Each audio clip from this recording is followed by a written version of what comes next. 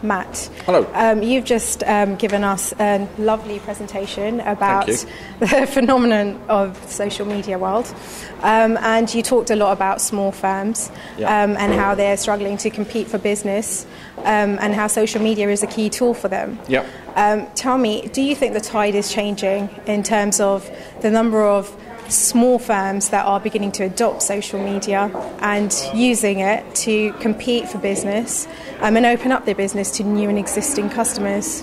Yeah, I think it is changing. If our business is an example of that, I wouldn't consider us to be a huge business by any stretch. So we're a living example of how it can work for you.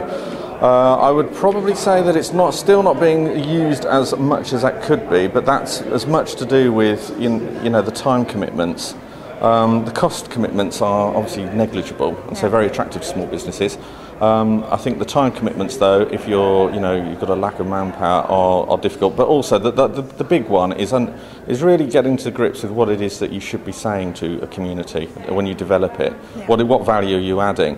And as I said this morning, I think they've really got to look at why do people deal with them, and what is it that makes people use them over and above another advisor, and amplify that online, and that's it. Now, you mentioned that social media is, of course, a growing area in a world where there is rare growth. And you also mentioned that the problem brokers are having is they're hesitant. They don't really know where to start. And it's a difficult thing to grasp, especially if you're not new to social media, you've never used it before. Tell me, how easy is it to join the social media world? Very, very easy, and I think the advent of smartphones and Android phones have made it even easier. And frankly, as I think I said in the room, I don't access it through a computer anymore at all. I use it through a phone.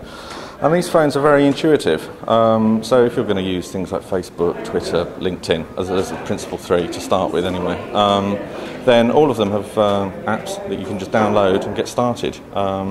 And do things that, you've got to be genuine about it. This isn't about just punching out product advice, or not advice, so product news or whatever. There's plenty of people who do that. This is actually about, having a bit of thought leadership. It's demonstrating your intellectual property, which is what people actually use you for, in another forum where you can't physically be present. And that's the growth opportunity, is that you show the value and then they will, reciprocate. Well, the beauty, I guess, of social media is that you're basically investing your time and not cash.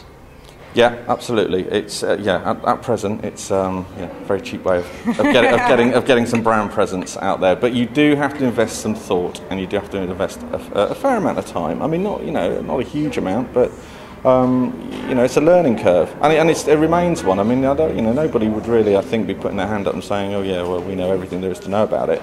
And also, I think in terms of, very quickly, using it in a UK environment, then there are certain things that British people respond to more so unless they.